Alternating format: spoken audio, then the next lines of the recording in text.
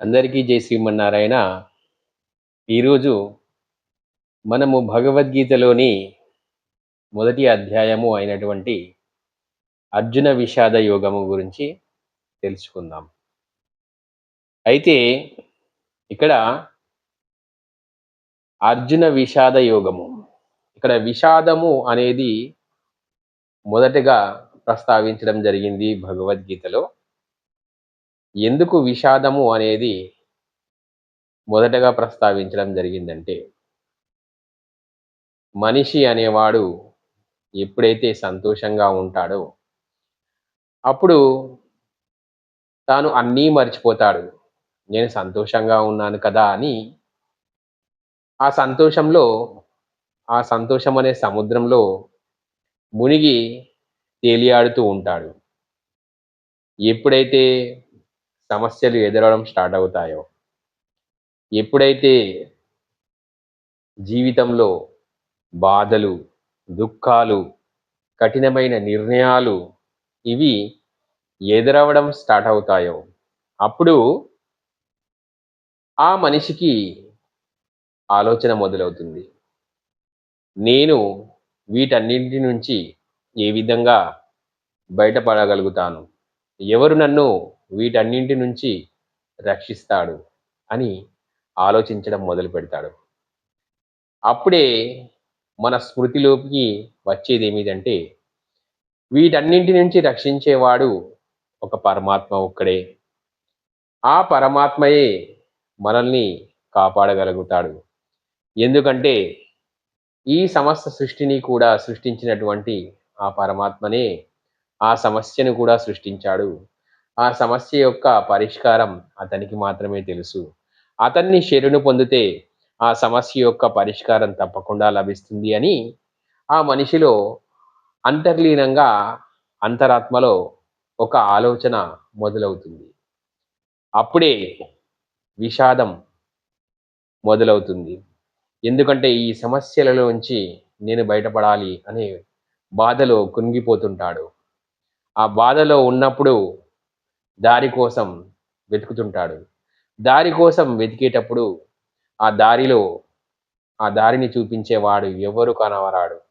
అప్పుడు ఆ పరమాత్మ వైపు ఆ జీవుడు అనేవాడు చూడడానికి ప్రయత్నం చేస్తాడు. అదే సేమ్ సందర్భం కురుక్షేత్ర యుద్ధంలో కూడా అర్జునుని పట్ల శ్రీకృష్ణ భగవానుడు కూడా ఏర్పరిచినటువంటి సందర్భం. అంతవరకు అర్జునుడికి ఎటువంటి సమస్యలు లేవు. ఉన్న సమస్యలు కూడా చాలా చిన్నగా అనిపించాయి. కానీ ఇప్పుడు అతిపెద్ద సమస్య ఏందంటే, తన ముందే తన బంధువులను కూడా చంపాల్సిన అవసరం వచ్చింది. వీరందరినీ చంపితేనే తనకు రాజ్యం లభిస్తుంది అని అతనికి తెలుసు. అప్పుడు తను వాళ్ళందరినీ చూసి ఏడుస్తూ, వీరందరినీ చంపి నేను ఈ రాజ్యాన్ని పొంది నేను ఏం చేసుకుంటాను? నా బంధువులు, నా తాతలు, నా చిన్నాన్నలు, నా తమ్ముళ్ళు, నా అన్నలు వీళ్ళందరినీ చంపేసిన తర్వాత ఇక నాకు రాజ్యంలో సుఖం ఎలా లభిస్తుంది, సంతోషం ఎలా లభిస్తుంది అని విషాదంతో ఆ కురుక్షేత్ర యుద్ధాన్ని వదిలిపెట్టి వెళ్ళడానికి ప్రయత్నం చేస్తుంటాడు. అప్పుడే శ్రీకృష్ణ పరమాత్మ, అర్జున ఆగు, ఎందుకు నువ్వు విషాదంతో ఈ యుద్ధ క్షేత్రాన్ని వెళ్ళిపోతున్నావు? ఒకవేళ నువ్వు ఈ యుద్ధ క్షేత్రాన్ని వెళ్ళిపోయినా కూడా వీరందరూ కూడా నా చేతిలో ఏదో ఒక విధంగా చనిపోతారు. నేను ఈ అధర్మ పరులని ఎవరిని కూడా వదిలిపెట్టే ప్రసక్తే లేదు. అధర్మముని నేను అంతం చేస్తాను అని శ్రీకృష్ణ పరమాత్మ అర్జునునికి జ్ఞానోపదేశంగా శ్రీ భగవద్గీతను ఉపదేశించడం మొదలు పెడతాడు. అందులో మొదటి శ్లోకమైనటువంటి ధర్మక్షేత్రే కురుక్షేత్రే సమవేతాయుత్సవః మామకా పాండవాశ్చైవ ఇమకుర్వత సంజయ. అప్పుడు ధృతరాష్ట్రుడు అంధుడు, గుడ్డివాడు. యుద్ధ క్షేత్రంలో ఏం జరుగుతుందో తెలుసుకోవాలనే కుతూహలంతో సంజయునికి అడిగాడు. ధృతరాష్ట్రుడు మొట్టమొదట పలికిన ఈ శ్లోకంలో ధర్మక్షేత్రము, ధర్మము అనే పదాన్ని మొదటిగా ఉపయోగించాడు. అంటే మనము ధర్మంతోటే నిలబడినప్పుడు మన జీవితం అనేది నిలబడుతుంది అనే సంకేతంగా భగవద్గీతలో మొట్టమొదటి ఒక పదము ఉపయోగించడం జరిగింది. అదే ధర్మక్షేత్రము, ధర్మము. ఈ విధంగా ధృతరాష్ట్రుడు అడుగుతున్నాడు సంజయునికి, ధర్మక్షేత్రమైనటువంటి యుద్ధంలో కురుక్షేత్రము జరుగుతున్నప్పుడు నా యొక్క కుమారులు, అదేవిధంగా పాండురాజు యొక్క కుమారులు ఏమి చేస్తున్నారు, వారందరూ ఏ విధంగా ఉన్నారు అని సంజయునికి ఆ ధృతరాష్ట్రుడు అడిగాడు రాజభవనంలో. అప్పుడు సంజయుడు మిగిలిన వివరాలు చెప్తాడు. అయితే ఇక్కడ చిత్రం చూడండి. ఒక దుర్మార్గుడైనటువంటి ధృతరాష్ట్రుడిలో కూడా ధర్మము అనే పదాన్ని శ్రీకృష్ణ పరమాత్మ పలికించాడు. అంటే సమస్త సృష్టి కూడా ధర్మము పైనే ఆధారపడి ఉంది. అదేవిధంగా భగవద్గీత మొత్తం సారము కూడా ధర్మము పైననే ఆధారపడి ఉంది. అందుకే భగవద్గీతలోని మొట్టమొదటి శ్లోకము ధర్మము, అదేవిధంగా మొట్టమొదటి పదము కూడా ధర్మమే. అంటే సమస్త సృష్టి, సమస్త మానవాళి, సమస్త జగత్తు అంతా కూడా ధర్మము పైనే ఆధారపడి ఉంది. మొట్టమొదట ధర్మము, ఆ తర్వాతనే మిగిలిన అన్ని అని తెలియజేయడానికి భగవద్గీతలో మొదటి పదము ధర్మక్షేత్రము. అదేవిధంగా ఏ విధంగానైతే కురుక్షేత్రం అనేది ధర్మక్షేత్రంగా పరిగణించబడిందో, మన శరీరము కూడా, మన మనస్సు కూడా ఒక ధర్మక్షేత్రమే. ప్రతినిత్యము ఒక కురుక్షేత్ర యుద్ధము అనేది మన మనస్సులో జరుగుతూనే ఉంటుంది. దీనినే ఒక ఉదాహరణగా తీసుకోవడానికి ఆ పరమాత్మ ధర్మక్షేత్రాన్ని కురుక్షేత్రంగా వర్ణించడం జరిగింది. అంటే కురుక్షేత్రము అనేది అక్కడ ఒక భూభాగం అయితే, మన మనస్సు అనేది ఒక కురుక్షేత్రము. అందులో నిరంతరము మంచి చెడులకు మధ్య యుద్ధం జరుగుతూనే ఉంటుంది. ఆ జరుగుతున్న యుద్ధంలో మనం మంచి వైపు నిలబడితే ధర్మము గెలుస్తుంది, చెడు వైపు నిలబడితే అధర్మము గెలుస్తుంది. అయితే ఇక్కడ శ్రీకృష్ణ పరమాత్మ మన మనస్సుకి ఉదాహరణగా ఈ కురుక్షేత్ర యుద్ధాన్ని మనకు భగవద్గీతలో ఉపయోగించడం జరిగింది. మన మనస్సు అనేది ఎప్పుడు కూడా సమస్యలతో, సంకల్పాలతో కొట్టుమిట్టాడుతూ ఉంటుంది. చూడండి, మీరు ఎప్పుడైనా కూడా మన మనస్సుని నిస్సంకల్పంగా ఉంచడానికి ప్రయత్నం చేస్తే ఆ మనస్సు అనేది పరిగెడుతూనే ఉంటుంది.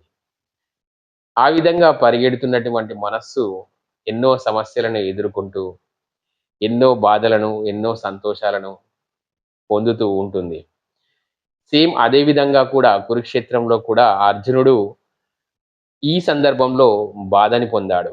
ఎప్పుడైతే ప్రతి జీవి బాధను పొందుతాడో భగవంతుని వైపు చూస్తాడు అనేది ఈ భగవద్గీత యొక్క మొదటి శ్లోకం యొక్క వివరణ.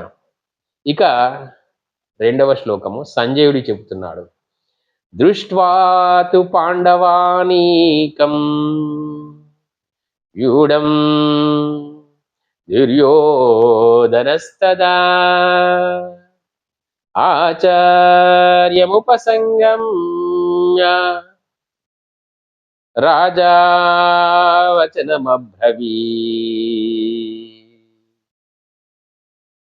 ఇక్కడ సంజయుడు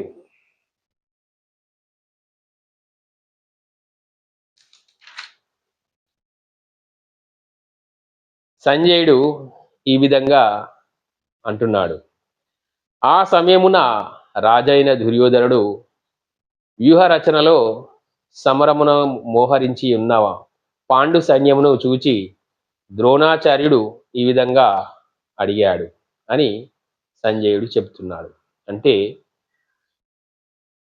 కురుక్షేత్ర యుద్ధంలో ఎవరికి వారు, అంటే కౌరవులు ఒకవైపు తమ యుద్ధ సన్నాహాలలో యుద్ధ వ్యూహాలతో సిద్ధంగా ఉన్నారు. పాండవులు కూడా తమ సైన్యాన్ని సిద్ధంగా ఉంచి యుద్ధ వ్యూహాలను పన్నుతూ ఉన్నారు. వారందరూ మరొక క్షణంలో యుద్ధం మొదలు పెడతారు అనే సిచ్యువేషన్ అక్కడ కనిపిస్తుంది. ఇక అదే విషయాన్ని సంజయుడు ధృతరాష్ట్రునికి చెబుతున్నాడు. అంటే ఇక్కడ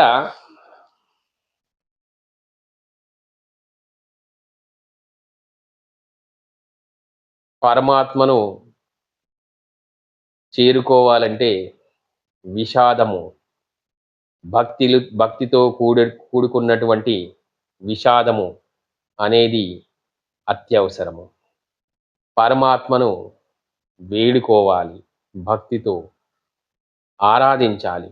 అప్పుడే ఆ పరమాత్మ సంతోషాన్ని పొంది మనపై కరుణను చూపిస్తాడు అనేది మనకు ఈ భగవద్గీతలోని మొదటి అధ్యాయం తెలియజేస్తుంది.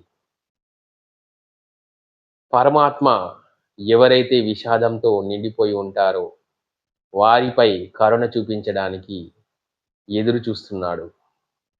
ఎవరైతే ఆ పరమాత్మకు ధ్యానం చేస్తూ ఆ పరమాత్మను కొనియాడుతూ తమ సమస్యలను వెళ్ళబుచ్చుతున్నారో వారందరి కొరకు పరమాత్మ తన అభయహస్తాన్ని చాచి వారందరినీ కూడా రక్షించడానికి ఆ పరమాత్మ ఎదురు చూస్తున్నాడు. కేవలం మీరు ఆ పరమాత్మ వైపు నోరెత్తి అడగడం లేదు. నోరారా నారాయణ అని పిలిస్తే పలికి ఆ దైవం, కరుణించి ఆ దైవం ఉన్నప్పుడు మనం మాత్రమే పిలవడం లేదు, మనం మాత్రమే ఆ దైవాన్ని తలవడం లేదు. ఆ దైవాన్ని నోరారా మనసారా మనము పిలిచినప్పుడు ఖచ్చితంగా ఆ పరమాత్మ ఏదో ఒక రూపంలో ఏదో ఒక విధంగా మన సమస్యల్ని తప్పకుండా తుదముట్టిస్తాడు. ఆ సమస్యల నుంచి మనల్ని బయటపడవేస్తాడు. కేవలం ఈ డబ్బు లేని ప్రార్థన మనస్ఫూర్తితో చేయవలసింది ఈ ప్రార్థన మాత్రమే, మనస్ఫూర్తితో చేయవలసిన ఈ ధ్యానం మాత్రమే. ఇది మనం చేయకుండా, మనము పరమాత్మ వైపు చూడకుండా విముఖతతో మనం సమస్యలని ఎదుర్కొంటే మనము ఇంకా కొన్ని సమస్యలను తెచ్చుకుంటాం. కాబట్టి ఆ పరమాత్మను వేడుకొని ఆ పరమాత్మను ప్రార్థించి, ఓ నారాయణ, ఈ భవసాగరములో ఎన్నో సమస్యలతో కొట్టుమిట్టాడుతున్న నన్ను, ఈ సమస్యలను నేను ఎదుర్కోలేను, నా వల్ల కాదు.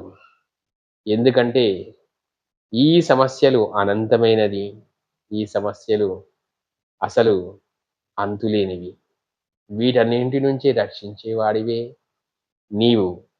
ఈ సమస్యల నుంచి కాపాడి నన్ను విముక్తుడిని చేసేవాడివే నీవు. నీవు తప్ప నాకు ఇంకెవరి దిక్కు? ఈ బంధాలు, బంధుత్వాలు, స్నేహాలు ఇవన్నీ కూడా తాత్కాలికమే అని తెలుసుకున్నాను అని పరమాత్మ వైపు చూస్తూ మనస్ఫూర్తిగా ప్రార్థించినప్పుడు ఆ పరమాత్మ మనల్ని తప్పకుండా కరుణిస్తాడు.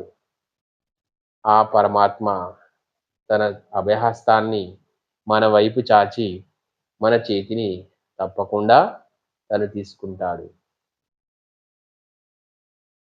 ఇది మనము చేయవలసింది మనస్ఫూర్తిగా. ఏ యంత్రము, తంత్రము, మరి సాధనము, మరి తీర్థయాత్రకు వెళ్ళవలసిన అవసరం లేదు. మనస్సే తీర్థయాత్ర, మనస్సే ప్రార్థనా మందిరము. మనస్సే సర్వము.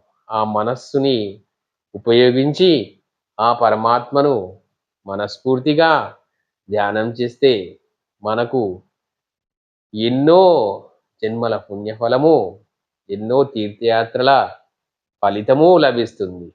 వీటన్నిటినీ మనం వదులుకొని మనస్సుని పక్కన పెట్టి తీర్థయాత్రలకని, ఇతర యజ్ఞయాగాదులని ఏదో కర్మలను చేస్తున్నాం. వాటన్నింటికంటే ముఖ్యమైనది మన మనస్సుని ఆ పరమాత్మకు సంపూర్ణంగా సమర్పించడం మాత్రమే. ఎవరైతే మనస్సుని సంపూర్ణంగా ఆ పరమాత్మకు సంపూర్ణంగా సమర్పిస్తారో వారు ఆ పరమాత్మను అతి త్వరలో దర్శిస్తారు. అందరికీ జై శ్రీమన్నారాయణ. నేను చాలా చిన్నవాణ్ణి కావచ్చు. నేను మీకంటే చాలా తక్కువగా తెలిసిన వాడిని కావచ్చు. కానీ నేను పట్టుకున్నది సనాతన ధర్మము అనే అనంతమైన జ్ఞానాన్ని. దయచేసి ఆ సనాతన ధర్మాన్ని మీరు ముందడుగు వేయడానికి అవకాశం ఇవ్వాలని కోరుకుంటూ ఈ చిన్ననైన నా యొక్క ప్రయత్నాన్ని మీరు అందరూ కూడా ఈ ప్రయత్నాన్ని మీరందరూ కూడా తప్పకుండా అంగీకరిస్తారని మీకోసం ఈ వీడియో చేస్తున్నాను. అందరికీ జై శ్రీమన్నారాయణ, జై శ్రీకృష్ణ, హరి ఓం తత్సత్.